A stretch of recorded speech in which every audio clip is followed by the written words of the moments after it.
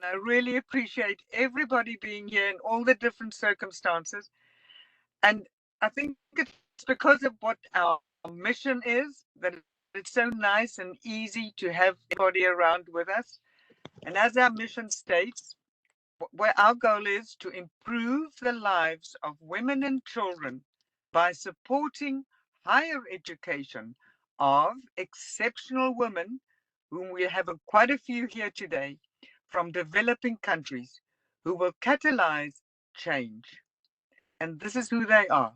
I also want to thank Priscilla for organizing this, going and researching all the names, enjoying finding all the new, fantastic, exceptional women we have and presenting them with us.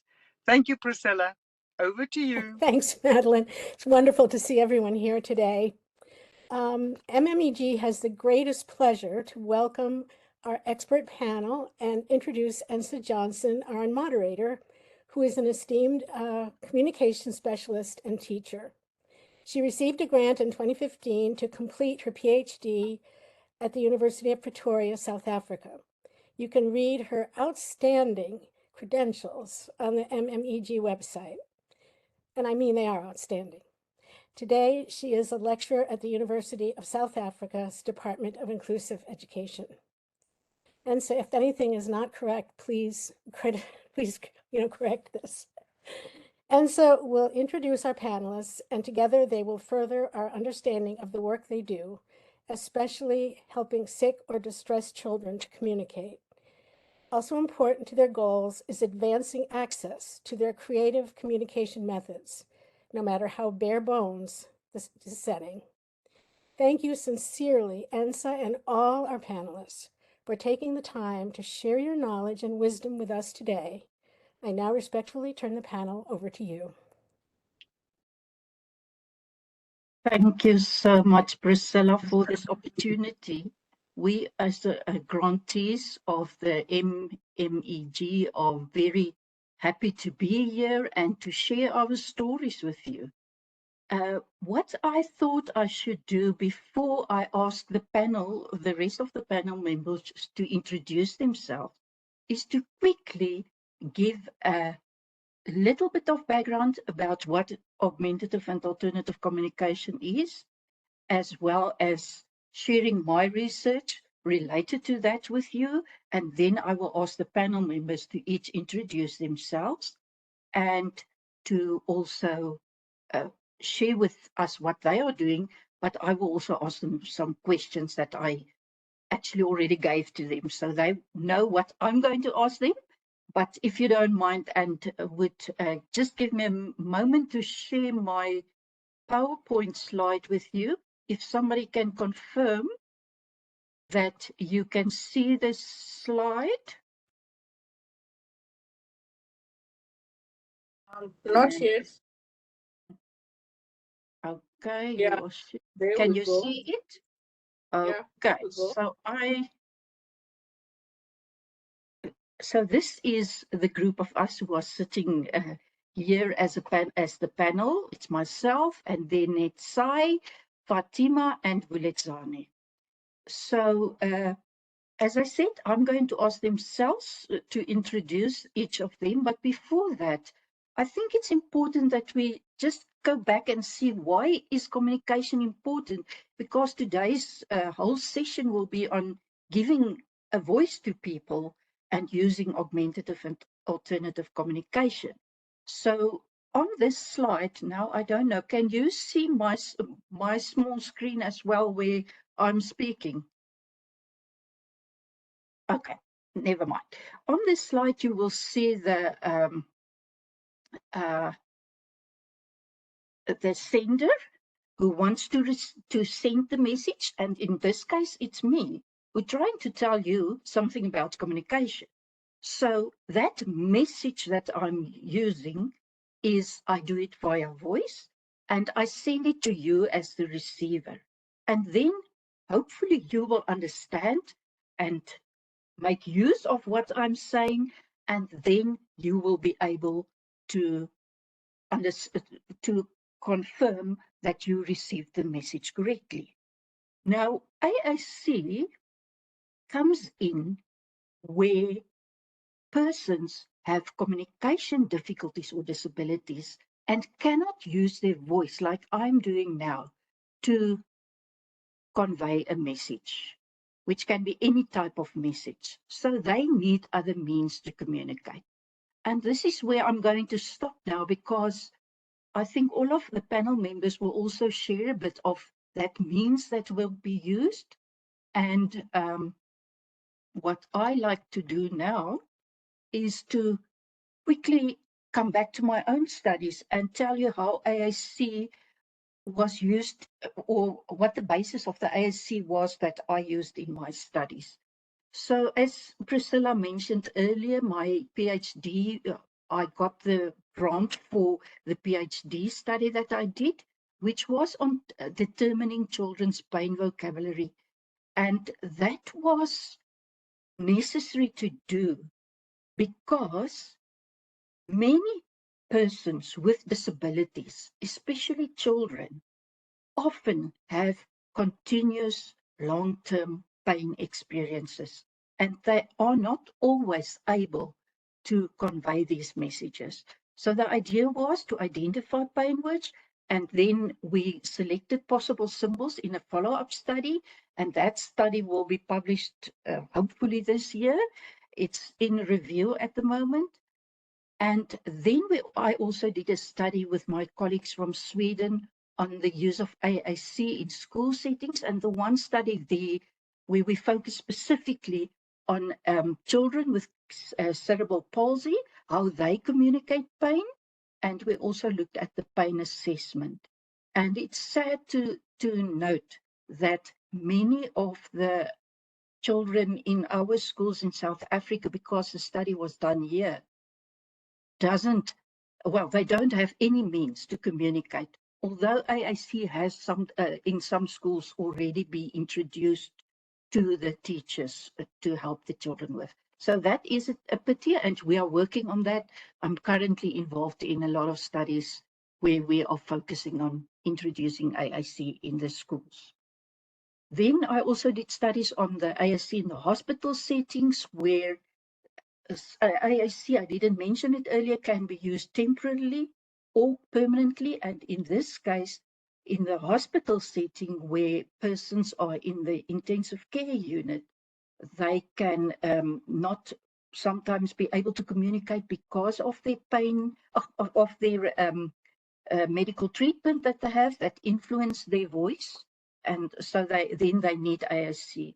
We did a study on that in South Africa, and regrettably also, ASC is not being used well in our country. So we are working a lot on that as well.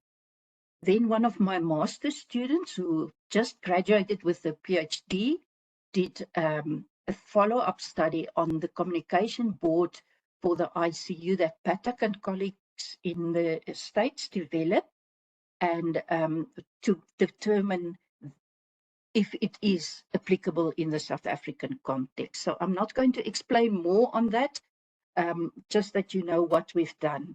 And then also a student of mine who did her master's as well as a PhD, she already finished the PhD as well, focused a lot on the court setting and how persons with disabilities, specifically communication disabilities, can be accommodated in the court setting.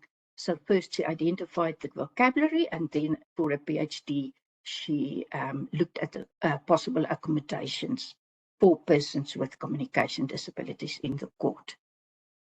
Currently, we are working on a huge international collaborative grant between South Africa and Sweden. I also received funding for that, where we developed the PICPEC app, and the PICPEC stands for Pictorial Support in Person-Centered Care. Originally, the app was developed to help children with cancer to communicate their symptoms such as nausea, sleep, pain, anxiety, appetite, and fear.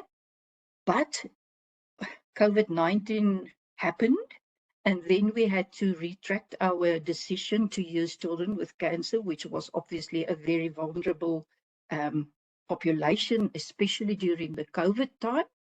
And we then asked looked at how this app would benefit children, typically children without, with or without cancer, to communicate their symptoms. And we also looked at specifically the anxiety part that what we found in research was quite hectic in South Africa and I think worldwide due to school closures, etc.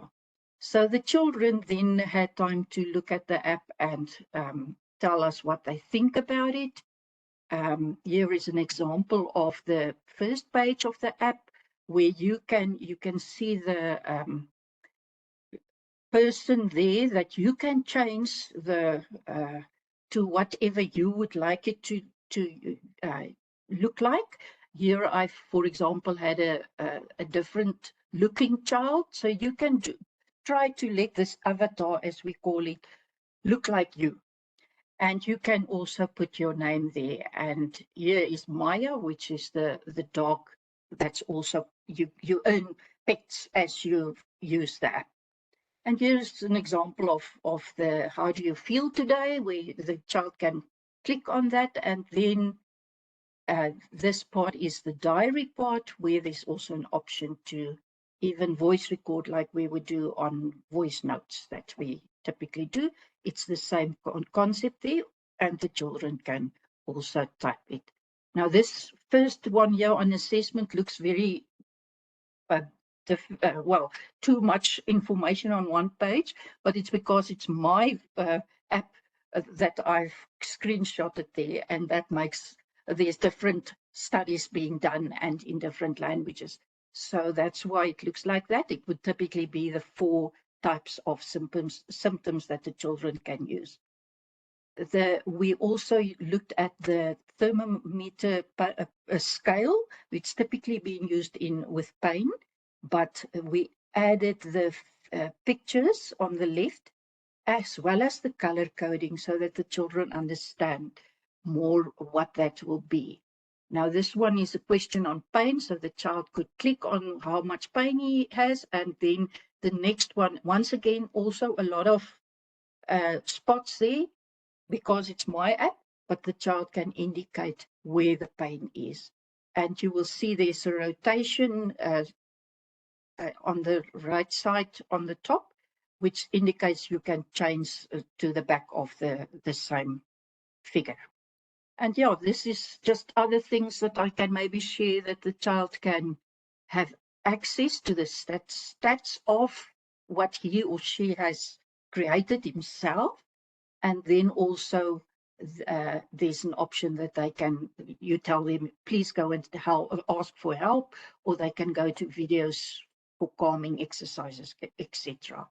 And this is the end of my short presentation that I wanted to share with you. So I would like to now go to our panel members. And before I ask them some questions, I would like each of them to shortly introduce themselves. So first, Netsai, in short, tell us what you, a little bit about yourself, by sharing with us also what you are currently doing and how you are uplifting children and women in your work. Thanks, Netsai. Thank you so much. Good evening, everyone, or it's evening here. Yeah. So my name is Netsai Gwata. I received the MMEG grant in 2018 when I was doing my master's in educational psychology at the University of Pretoria. And I was working on a research on resilience of young people in a context of drought. And currently I'm doing my PhD also in educational psychology with the University of Pretoria, where I'm also focusing on the protective factors that enable young people in stressed environments from depression. So that is what I'm currently working on. I've now relocated from South Africa. I'm now in UK. and I'm working with an NGO called Brighter Futures for Children as an educational psychologist. And most of my cases that I come across on a daily basis, they are for children with autism, and most of them have speech difficulties, and some of them have also selective mutism. So it's like they speak at home because they are comfortable at home, but when they come to school, they do not speak. So our purpose as educational psychologists is to work with the teachers to give them strategies on how they can communicate with the children in the school context in those cases. Thank you so much. Thank you, Netsai. I will ask you in a few minutes some questions on your work. Okay. But Fatima, will you please continue and share your story with us? Good afternoon, everyone, and evening to the South Africans. So I received my MMEG grant in 2020. And I'm an occupational therapy master's graduate. I graduated in December last year. So that research has concluded. I work with children with special needs, recently mostly autism, also similar to Insai. And I'm also a mother of a special needs child, which drove me to do the research, particularly looking at how screen time, which involves interaction with technology and devices, how they are used by children, very young children under the age of 8. So my research gave a voice to the parents of children with autism, particularly mostly mothers. It was a qualitative research study, mostly mothers, because we find that the burden of care for disabled children is mostly borne by the mothers in our communities. And I'm currently now doing clinical supervision for undergraduate occupational therapy students at the University of Cape Town.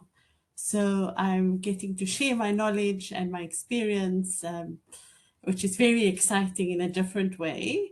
And I'm very grateful of the way my master's has supported me in influencing not just individual therapy, children and families, but now I can extend my reach and hopefully use this knowledge to reach greater populations for intervention.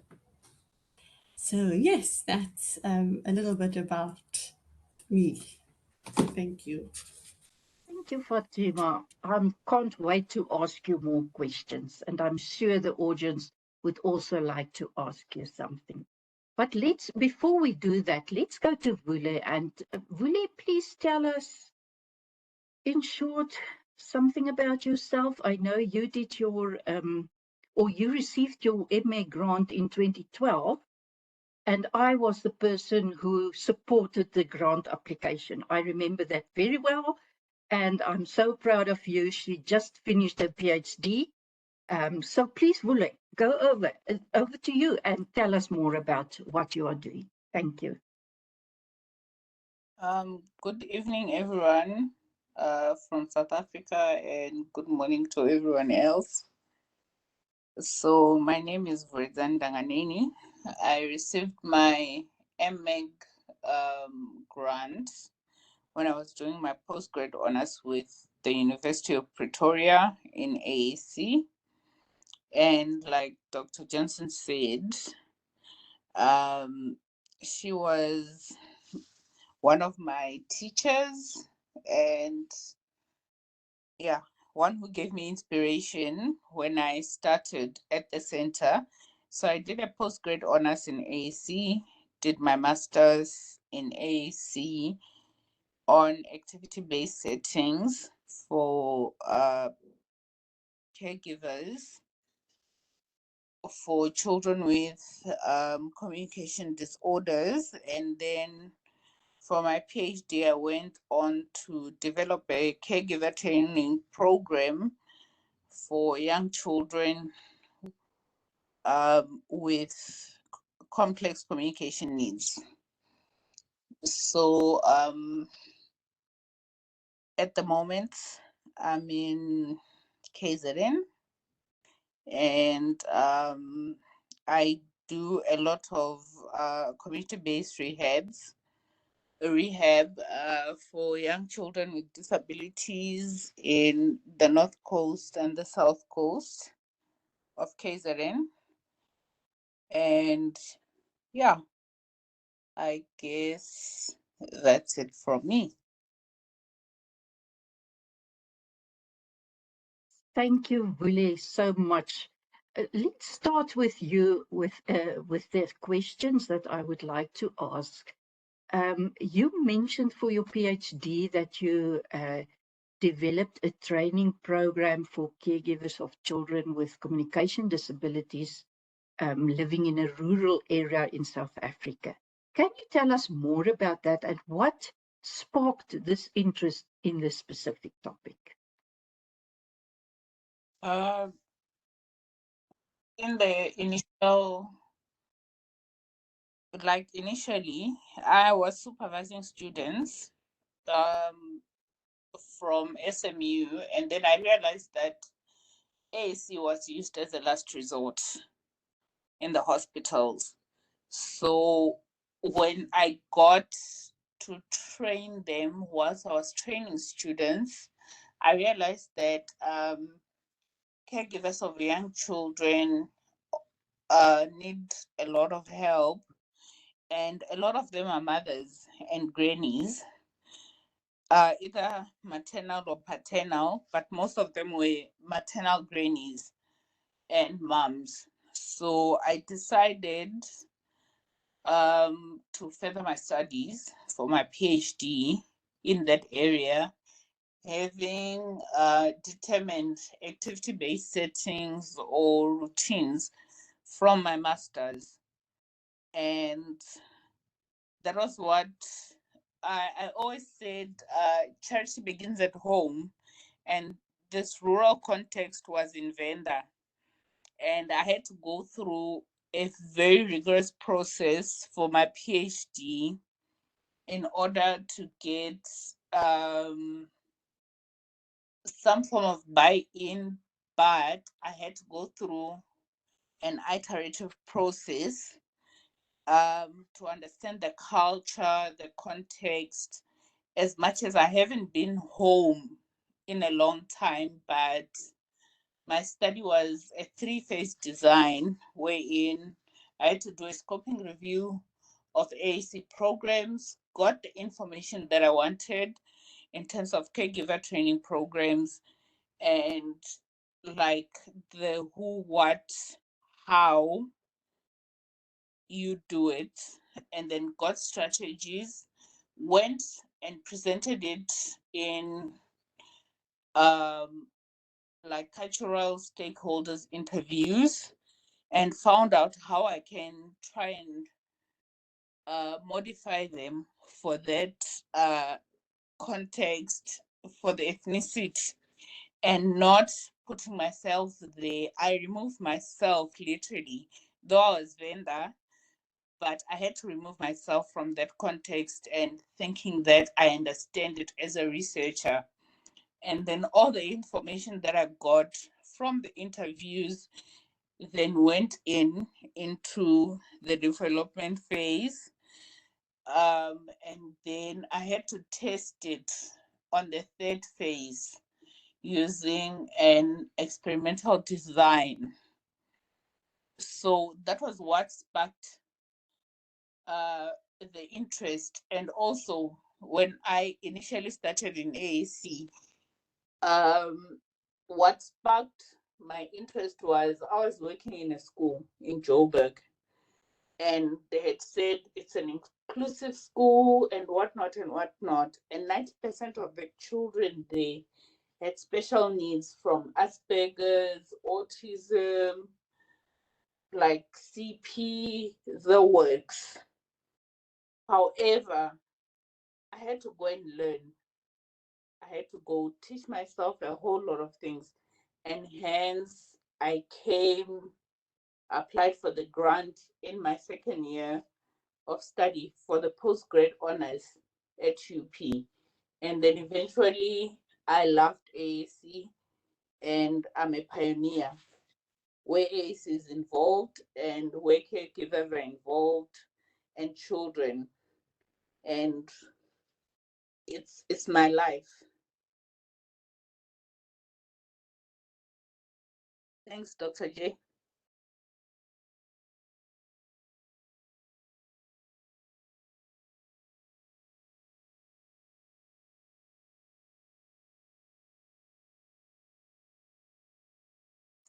Apologies. Thank you, Vule. I am glad to hear that the clinical setting urged you to get more information on AAC, and that's how you got involved with it. It's actually the same that happened to me. I was a teacher at a school for children with autism and realized I don't know how to help these children. And that's how I got involved in AAC. And tomorrow I will go back to that school, literally tomorrow, to do a presentation for the teachers again. So it's nice after 20, 30 years, I can't remember how long ago I was there, that I can go back and also share with them more about ASC. And thanks, Yeah, Wule, for that info that you provided with us. yeah. And Fatima, the yes, interesting is we work together also at the center for a yeah, while. that's true. That was a wonderful time for us. Now, Fatima, as a mother of a child with special needs, why do you think it is important for children or other persons with communication disabilities or difficulties to have a voice? Thank you. I think it's such a great question. Um, as a mother of a child with communication difficulties, um, I realized and I experienced firsthand the challenges with interacting and engaging with my own child when she couldn't understand me or I couldn't understand her.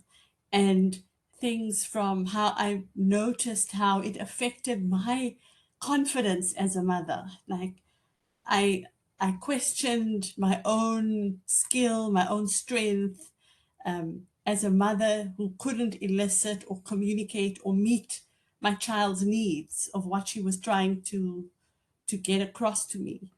Um, and I also experienced firsthand how frustrating it was for my child because she was trying to communicate whatever she needed and nobody was getting it. And how I watched how it exacerbated challenging behavior, so it came across as if she was tantruming and that frustration and all born out of not being understood. Um, and I think that's why it's so important for children with disabilities and families and parents, mothers particularly, to really understand and to know how to deal with this situation, which led me to really read up and learn and try and understand. And I found that one of the aspects that was sort of influencing her ability to communicate was that she was then spending a lot of time in front of a screen. So passively watching TV at that stage. This was 10 years plus, so we didn't really have access to smartphones then, but lots of passive engagement. And that to me seemed to have exacerbated the communication difficulties because she was removed from having to engage with me and rather just spending her time um, watching a screen. And so when I worked with a speech therapist with her, we cut back on her time in that screen time. And suddenly her developmental goals were being met, her therapy goals were being met.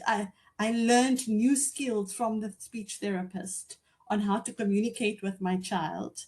And that just shifted her whole development from where it was. It improved our engagement. Our relationship changed.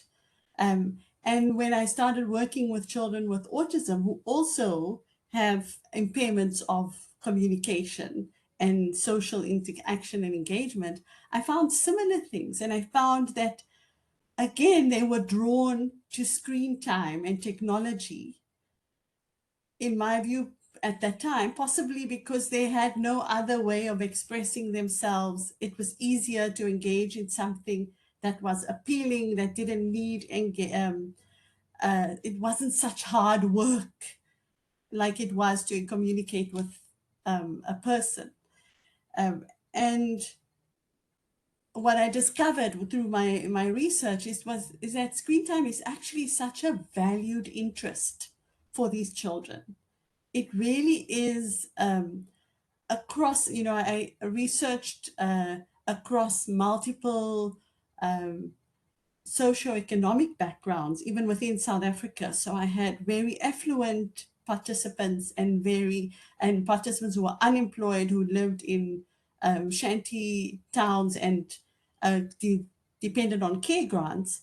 But the attraction to screen time was the same for those children. So whether it was a fancy, um, computer system with gaming, or it was a child who just had access to her mom's screen on her phone, on that basic level, the attraction is the same. But yet, what we found was that parents don't really know how to use it in a therapeutic way. And so they still not accessing, in this context, communication apps or AAC apps like yours, Ensa. And it's just entertainment value for a lot of children. It becomes a form of respite for the families, because rearing a child with autism is really difficult. It's challenging and it's exhausting to parents.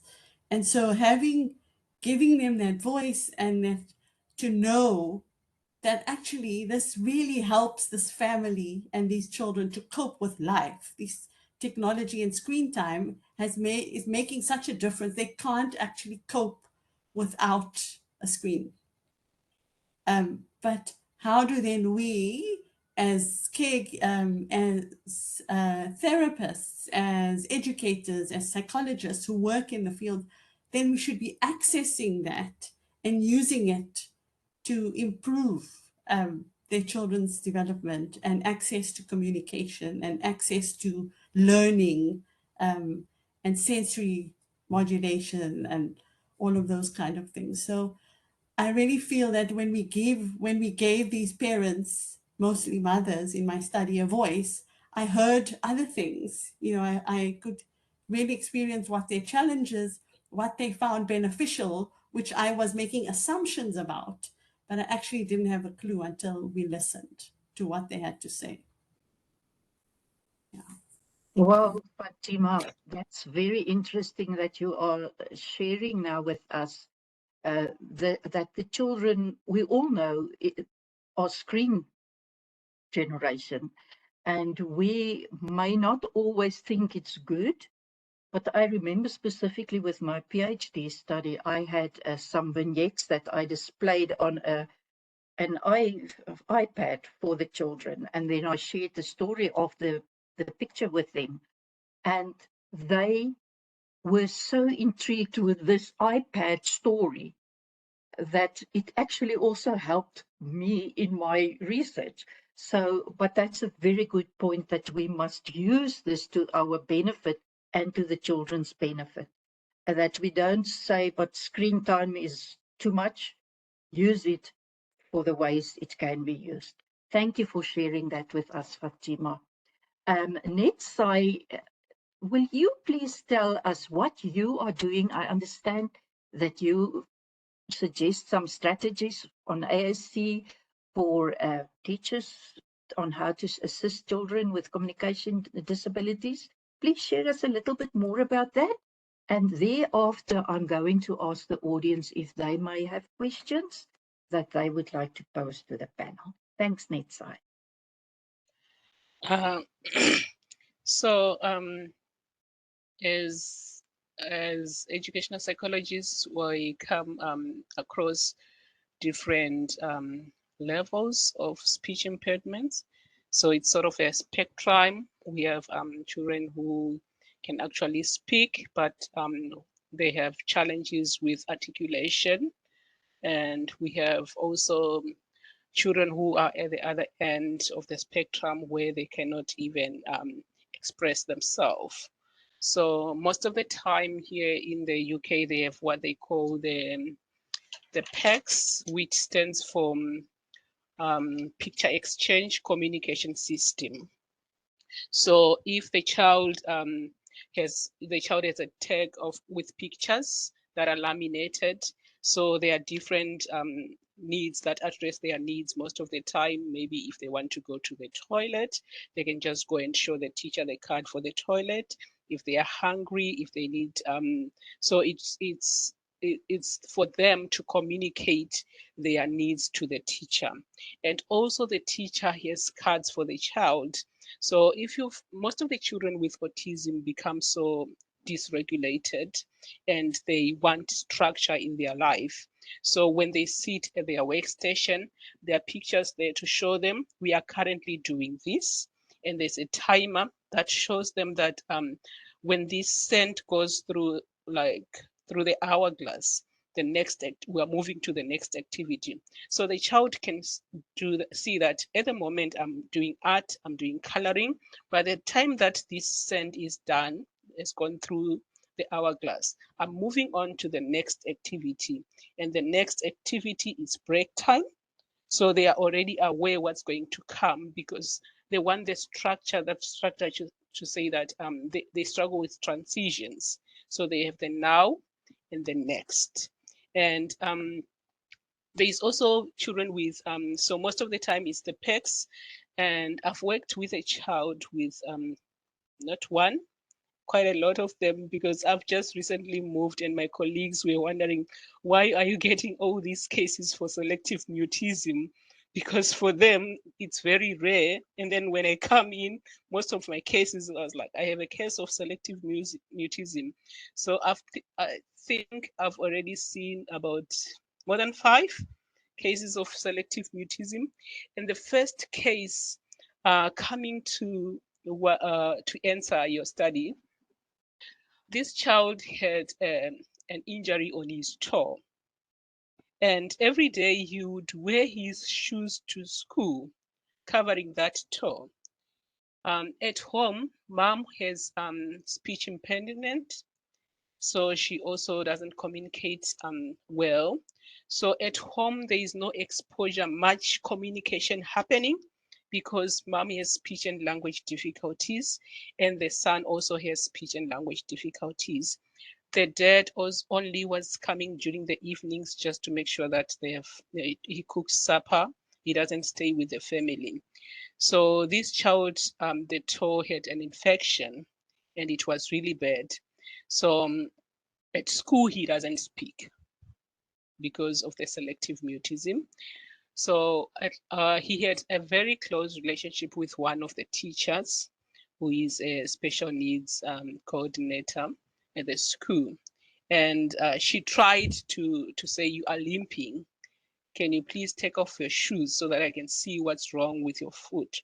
But he wouldn't agree until one of the days the teacher thought of asking the brother to ask him privately. That's when he took off his shoe and it was really, really bad. He was enduring all this pain walking to school every day, going back home. He couldn't communicate with anyone. It was at a point where if they had delayed for 2 more days, the toe was going to be amputated. And it was really bad. So we discussed some strategies. We used talking maps. So with the talking maps, the child is comfortable to speak with his brother at home. So you design a map, you say the child draw a map, and they can also communicate with writing. So you can ask him to draw a map. He draws the map, and to say, where are you comfortable with speaking with someone? So he draws his house. Who in the house are you comfortable to speak to? And then he draws his brother. Now, we want to expand this talking map because at the moment he's only speaking at home with his brother. If we send him to go and buy bread in the shop, how is he going to communicate there? So we want him to expand the community of where he can communicate. Okay, where else do you think you have someone who is comfortable to speak to? He draws the school. How many people are there in the school? There's the school special educational coordinator you draw. So what we are doing is we're trying to build and extend that map with people that he can communicate to. So we can start with, if you don't want to tell your teacher what is wrong, you have a phone. Remember, this is a child who can speak, but has selective mutism. Record your message on the phone at home and send it to the teacher while you're at home. So that when in the morning when you come, the teacher already knows what you're struggling with, because we want to assist you. Most of the time with selective mutism, it's anxiety. So we want to take away the anxiety. We're not pushing them to speak. We want to make the environment comfortable for them so that they become comfortable with speaking. So they use strategies like that. I think I can spend the whole day speaking. And yeah. Thank you, Netsai. When you said that it should be comfortable for them, I was thinking of one of the positive aspects of ASC is that it can be used as a crutch. And Yeah. I always say to students, for a child not being able to communicate verbally, it can be due to other issues like you mentioned now.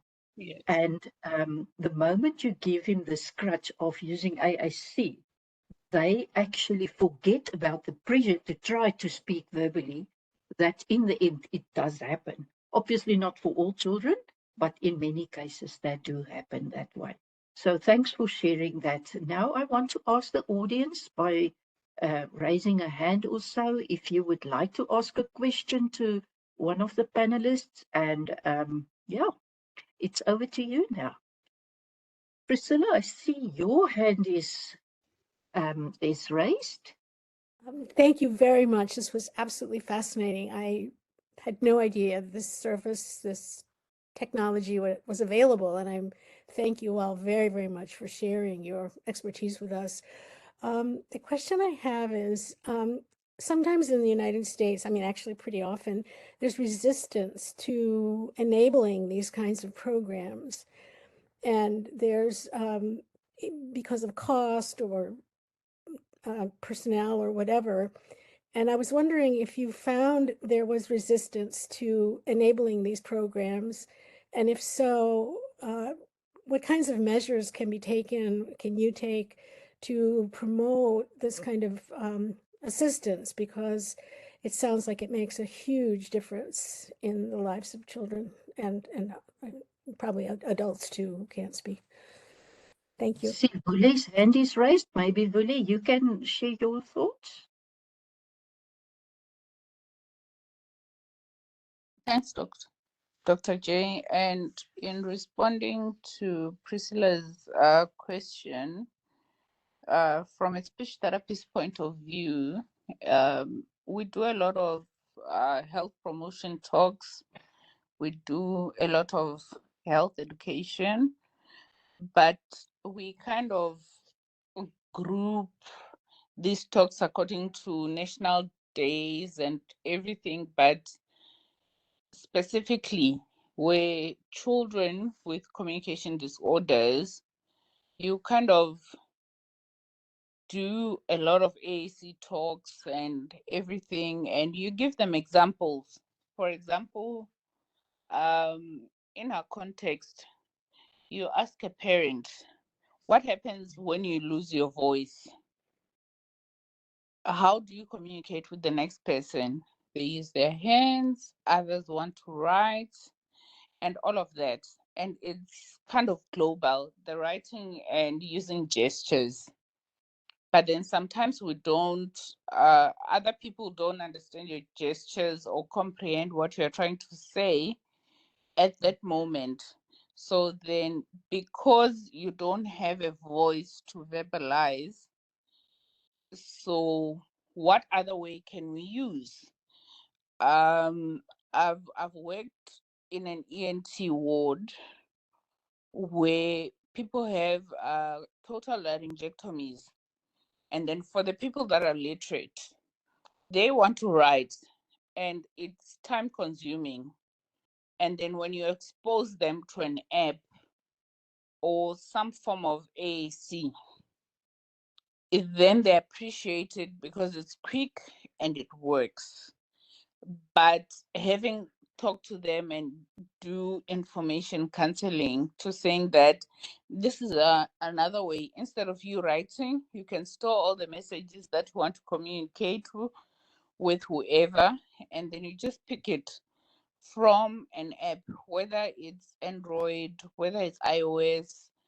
But health promotion is important wherever we go, and it's the only way. And you give parents options. And in the few years that I've worked, from my experience, is you give them an option. It's an either or and a no option. And then they get to think about it, and then eventually they'd come back. Yeah, Thank that you. Thank you, Vule. I can maybe add something there as well. I've also been involved in a lot of training, um, from teachers to hospital staff to even people at the court preparation officers. Um, but something that a friend of mine who is actually from the States, John Costello, he's at Boston Children's Hospital, the director of the ASC program there, he said to me, just do it. Because there's so many people who have issues, or attitude issues, but the moment they see a good result of whatever AIC has been done, that sparks the interest of the rest. So it's a lot of repetition, but also just do it, and so on. But now I see there's a lot of hands raised. I think Notandu's hand was up first, and then we can, Fatima, I don't know if you want to respond to what I said. Okay, you can first go, and then we will let Notandu ask a question. Thanks. Fatima, please unmute yourself. I've done the same. Okay, thank you. Um, I wanted to respond to Vulatsani and to you, Ensa, and in response to that question, I think yes, when parents are given options to use AAC, they are likely to select it. But what I found in my own as a parent of a child who had communication difficulties, and then also working with children with ASD, is that in South Africa, we're so used to making a plan when we have limited finances and resources and access to technology, which costs money, that the therapist sort of just, they find alternate ways to communicate that don't involve apps and technology and screen time. So they're using low-tech solutions, which then doesn't give the parent the option to use AAC. It excludes that. So I find that maybe the therapists need to be encouraged to promote those AAC systems, because I think we fear that, oh, it's not suitable for their context because they're not going to be able to afford it, or they're not going to have funds for that device or for those programs. And then that just limits, it stops, it keeps the door closed. Whereas you were saying, Insa, if we just do it, and we then discover that it really works for those children, then we can source funding and we can source programs and advocate for healthcare funding and all of that. So I think it really needs to be pushed from a health professional standpoint. Thank you. Thank you, Fatima. Notando, I see your hand is down now, but please ask your question. Okay, thank you, Dr. Ensa. I'm not sure if you can all hear me. Yes, we can. All right, thank you so much for all the insights from Vule, Fatima, and Netai. I'm taking a lot, particularly like from all the speakers in different angles, like for Vule, because I'm pioneering AAC in the Zimbabwean context. So it's good to hear like the challenges that people and also the strategies that are used, and also the caregivers perspective from Fatima. And for Netsai, actually doing an intervention on PECs, particularly that you spoke about. You said something about expanding that network for communication. We have so many interventions that we try out maybe with the children, but then the challenge is we don't want to be like the sole communicators. We want to expand that network. So like, what are the challenges that you face, especially when you're involving or generalizing with caregivers, the community, and other communication partners? Because I think that's an important aspect, being able to generalize those different interventions that we're talking about. Thank you. Thank you, Notando, for your input. It's great to hear that something is being done in Zim as well. Any of the panelists who want to comment on her next slide? I'm also from Zimbabwe, and I am part of a group of caregivers on WhatsApp group that is parents of children with special needs. And so most of the time I give them strategies that they can use with the children. And I think I've done one with PECs. And as Notando was saying, most of them also come from disadvantaged communities. So even if I use the simplest strategies to say that they can use this, some of them cannot even afford to buy those little resources that they need to maybe make a PECs, because if I say to them, just use common, so we try to also adapt systems to what the community can afford. So if I wanted to use a PECs in a context of a disadvantaged community, and I want to explain to the child that I want water, instead of making a fancy drawing of a water glass and a tap and laminating it, I can just teach the parent that we just take the glass of water and show the child, say water, water. And then the child understands that next time when I want water, I just need to go and grab a glass and give it to mom. Then she knows that I need water. And then if I'm hungry, I can do this. Like we have to adapt. And also in those contexts, also like what Fatima was saying, to say that sometimes there are other people also who can afford, and if we limit to that, so we must sort of, when we think of intervention, let us include everyone from the bottom of the spectrum to the someone who is at the higher end of the spectrum, so that we don't focus on one group when we are thinking of interventions. I don't know if that answers addresses what you wanted to hear. Notando. Yes, thank you so much. It's very insightful. Thank you. Thank you. Priscilla, can I ask you first, do we still have time?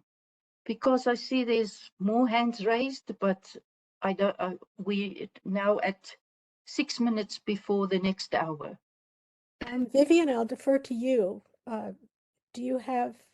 Yes. Yes, please. And We we have more continue. time. Good. Okay, great. Up Yes. until the next hour? For an hour? Will that be fine? Maybe 30 minutes or so. Okay. Okay. So let's see. Helisha Dirks. I see your hand is raised. You are welcome Yes, to thank ask you your very much. question. Thank you very much. From somebody that's not coming from an ENT or a speech background, I just want to find out this technology that you guys are using, is it only for children with mild and moderate ID? What do you do with the children that has severe intellectual disability? How do they communicate? We can use the same strategies with them as well. Especially the visual input is important, because sometimes they obviously can't read. So the symbols are great, that they can use that to also give their answers. And Nitsa earlier talked about talking mats, where you can give them the 3 or 4 options, and they can then indicate by pointing to the one that they prefer to answer the question that you are asking them. That's something, Willie, I don't know if you want to add something maybe on this question. Yes, please, Dr. J. Going back to I think who benefits from AAC. There's 3 categories. So we have a supportive group, we have the alternative group, and the expressive group. And with the expressive group is people that can understand but are unable to express themselves verbally. So we use AAC for them. And then with the supportive group, we use it as a crutch to build up the understanding and also the output, and then later on they let it go. But with the alternative group is where they've got no other way for understanding as well as the output. And whether it's moderate or severe, we use it for both the input and the output. But then I think with a lot of us, we want a quick fix, and within the alternative group.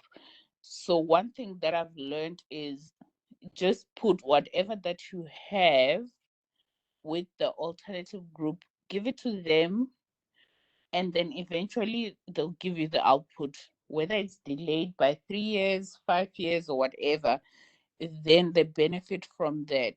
And I hope this clears the who. So it's just us giving them a way to communicate. And according to the United Nations, the UN CRPD, we have to communicate with everyone in a way that everyone understands, and including AAC. So hence the 3 groups: the expressive, the supportive, and the alternative group. Thank you, Willie. That was important info that you shared there. Now I have a problem. There's somebody whose hand is raised. Oh, it's Barbara. I couldn't see your name at first, but now when I clicked on your the block where your hand was raised, I could see Barbara. Please ask your question. We are listening. Yes, I thought this was really fascinating, and I have a specific question for Benjamin. You mentioned that in cases of autism, that the children find comfort in screen time. I think I'm saying this right. Find relief in screen time, and then you may want to limit it because they don't have to respond; they can just take things in. When you did use screen time, what kind of screen time helped the children to become to respond? I mean, was it some kind of interactive programming or something like that? They actually could respond to activities or questions or games or something like that? Sorry, Barbara, we are struggling to hear you. Can you perhaps repeat your question? I could figure something out from screen time and so on, but I'm not sure. Okay. My question is, what kind of screen time would help autistic children? Would it be interactive? Could somebody here that can maybe translate for us? I'm sorry, I couldn't hear her either. Can you hear me? It must be my computer. Can you hear me talking?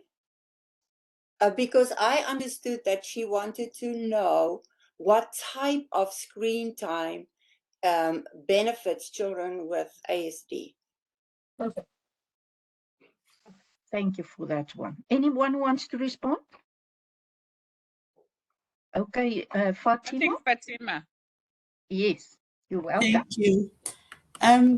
Yeah, so what I found was there was a whole, from my study, it really, with children with ASD, are very particular with their interests, and they can be very streamlined with what their choices. They have very obsessive, almost repetitive interests that are very specific to each child. So there wasn't any particular type of screen time or device or program that appealed to the children. It really just depended on what that child enjoyed, and then they would then access programming and content related to that interest. So they just basically fed whatever was of highest value and interest to them. So there isn't a lot of research to show that what content children with ASD prefer, because it's so varied. And it really depends on the particular child.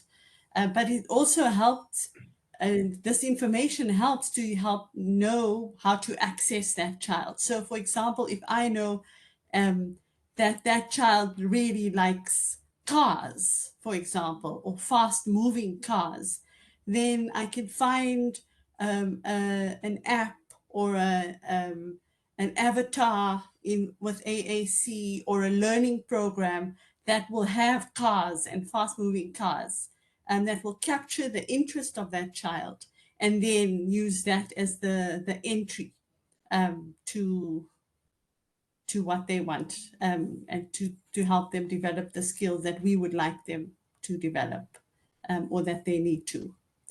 So apologies, our lights have got off. Yes, I figured that out when I saw you in darkness. This is what is happening to us in South Africa. So it's not that she doesn't want you to see her anymore. We are typically 8 to 10 hours without electricity per day. So nonetheless, Vuleksani, you wanted to say something? Yeah, just to add on to Fatima, also, it's a matter of trying to streamline screen time and activities to avoid challenging behavior. So as long as they have a visual schedule, like Nsai said, so you put it there, they see you're gonna have 15 minutes of screen time, then we're going to do this and then do that, and then after that, just for the discipline and them knowing, because of the so-called obsessive uh, behaviors, but you get to streamline and get that discipline, because as much as we talk and we label, like, there's always a child before the disorder. So it's a child living with autism. A child is a child, though they live with autism, though they live with cerebral palsy, Down syndrome, or whatever, but a child is a child, and then different strategies would work for different children. it's not a one size fits all.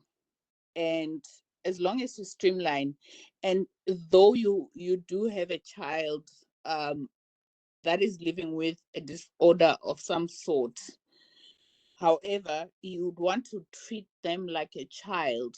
And as parents, we try to overcompensate and do that and want and forget that a child is a child. There's discipline here. And however, with a schedule, you can achieve all of that. So we just need to remember that there's a person behind the label.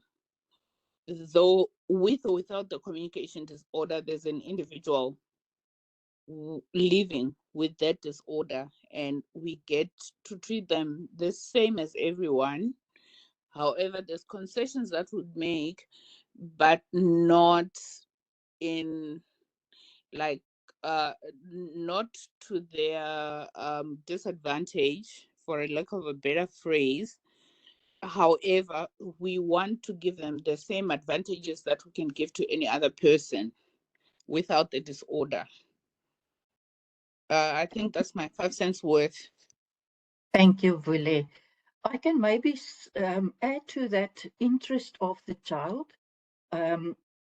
Even when we do assessments in AAC, we will find out from the parents what the children like, what are their interests, and we will use that during the assessment activities, because otherwise you won't get some responses from them. But the moment it interests them, it will. For example, there was a little boy, he was 3, almost 4 years old, referred to me by a gastroenterologist here in Pretoria. The issue was he had autism and a lot of gastroenterological challenges, well, a lot of issues there, and he didn't speak. So, and the other adding factors were that he had different exposure to different languages. Like his mum is from Spain. She's from the government people that are here at the, what do you call it now, the embassy. And he was in different schools and in different places where people with different languages engaged with him. So he had a lot of issues. And by using screen time for him, for example, I introduced the mum to different apps that he can use. The doctor told me almost 8 months later, when he came back to her, he was able to respond to her with some questions that she asked. And that was because of that, a pressure that was gone. For him trying to say to the doctor what's wrong, he could explain using symbols and etc. Okay, I'm getting anxious now for time, but let's ask Hannah, and I think this will be the last person from the audience who can ask a question, and then I think we should wrap up. Thank you, Hannah. Thank you so much. This has been quite insightful. I'm not really from the field, so this is sort of like more of a general question about how well known ASD is in, for example, our low-income communities.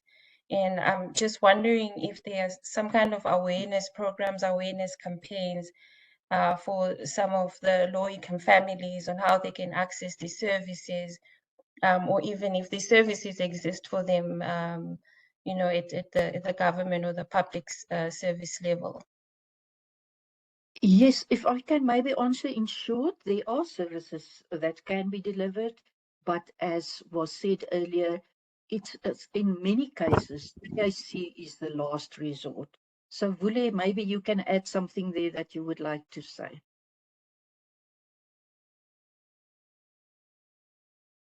I'm not sure who the last speaker was and where they come from. Hannah? Hannah? Yeah, Hannah. Yeah, so I'm originally from Zimbabwe. Zimbabwe. Yeah. Okay. Oh, okay. I think in South Africa we've got Autism SA, and they cater for government, but they're based in Gauteng, in GP, in Joburg. But one thing I've learned in our low resource context is just for you to capacitate yourself, get empowered, and start something where you are.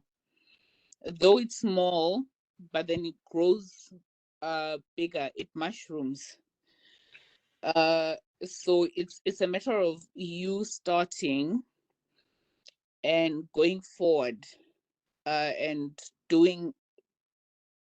At times it feels like a drop in the ocean, but it's got a great impact in the communities because, like I said, I do student training for community-based rehabilitation. We went there, we started, we did AC, we did talks, we do PHCs in the North Coast and the South Coast of KZN. So it feels like, okay, we're just preaching and preaching and preaching. But then the only pat in the back is when you get someone that, for example, one of my colleagues from VEDS called me and said, I just saw my sister was at the clinic in the North Coast, and your students were speaking very well and they were advocating for the profession. And we're proud because we're in the same profession and none of us had thought about doing health promotion and talks and whatever.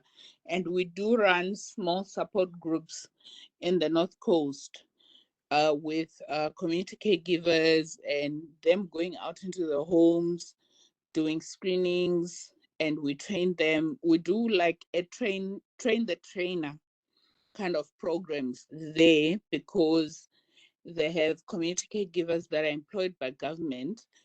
However, but we started very small and then it became big. So wherever you are, you can do whatever and start small and then grow. Can I also answer Hannah?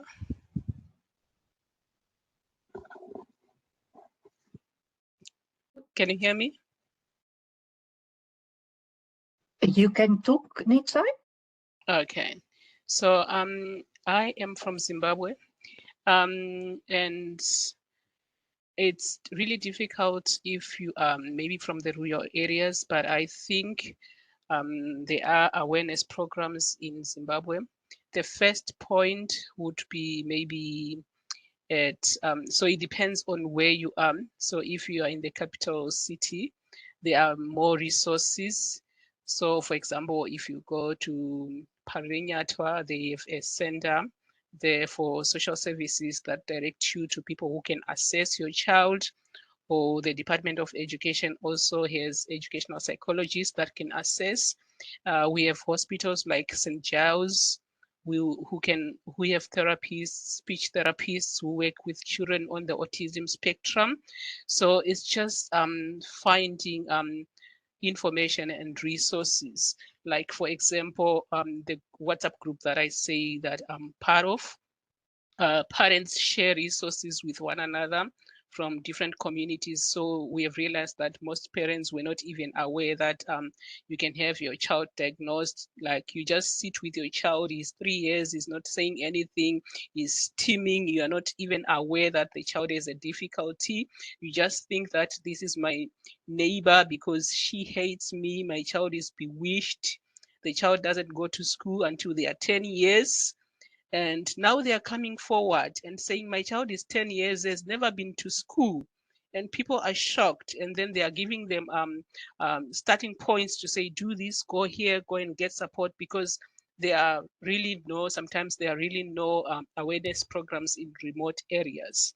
So it just needs to be connected.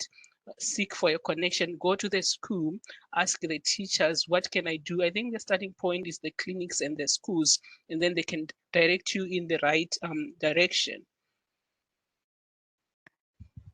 Thank you, Netsai. I am afraid the time is running out, and I don't know, Priscilla. I would like to hand over to you and thank you for the opportunity for us to share our stories with you. Thank you for coming and sharing. This has been absolutely fascinating. And I think it's certainly, I have learned a great deal, and I imagine most of the people here have also learned a great deal. And we can't thank you enough. And I think this MMEG talk has just shown what remarkable women our grantees are and how they are really working to make the world a better place for, you know, everyone from a tiny child to an adult. So thank you very much. Thank you to everyone who also were present and listened to our stories. We highly appreciate it. Thank you. Thank you. Thank you. Thank you so much. Thank you. Very Bye. informative. Thank you. Thank you. Thank you very much. Thank you so much for the invitation. Thank you. Thank you, everyone. Bye. Thank you, everyone. Bye. Bye.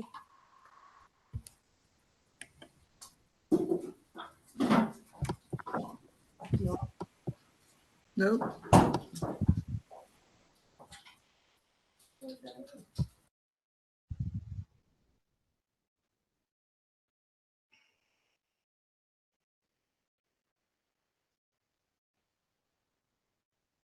Bye, everyone.